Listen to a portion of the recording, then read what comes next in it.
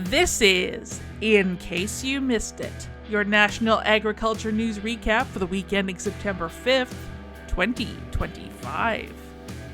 It could take years before Canadian canola totally recovers from trade disruptions with China. That's according to Farm Credit Canada's chief economist, JP Gervais. In a webinar in late August, Gervais reminded listeners what happened to other countries that fell afoul of China. Earlier in the decade, Australia saw trade to China plummet after it called for an investigation into the origins of COVID-19. China put tariffs on everything from Australian barley to wine, cotton, and lobster. It took 5 years for all barriers to be lifted.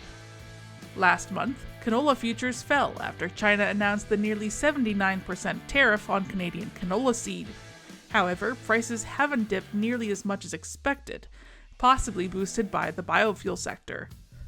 Some Canadian canola is also finding its way to China through alternative routes. Late this week, Prime Minister Mark Carney's office said it would soon announce measures to help canola farmers. Carney also said that he and other senior officials would work to resolve the dispute with China. Conservative leader Pierre Poilievre said this week that his party would permanently end the temporary foreign worker program.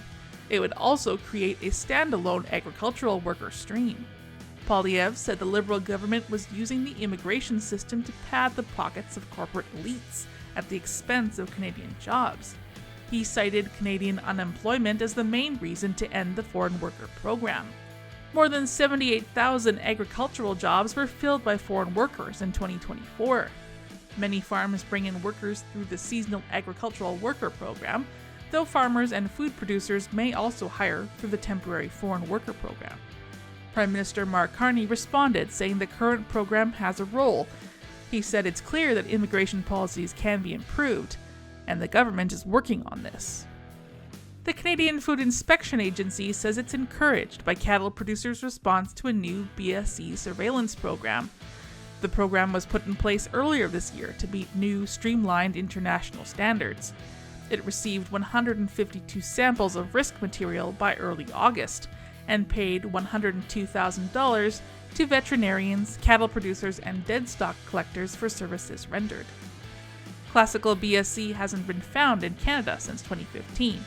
An atypical case popped up in 2021. However, Canada needs to demonstrate to trading partners that it has effective surveillance, said Canadian Cattle Association vet Lee Rosengren. If producers are concerned about an animal, it's critical to contact their veterinarian, said Rosengren. This is likely the easiest way to enter the surveillance system. Canada also has an online BSE surveillance candidate questionnaire to make things easier for producers. In case you missed these and other stories from across the Glacier Farm Media Network, visit AGCanada.com or download the Ag Canada app.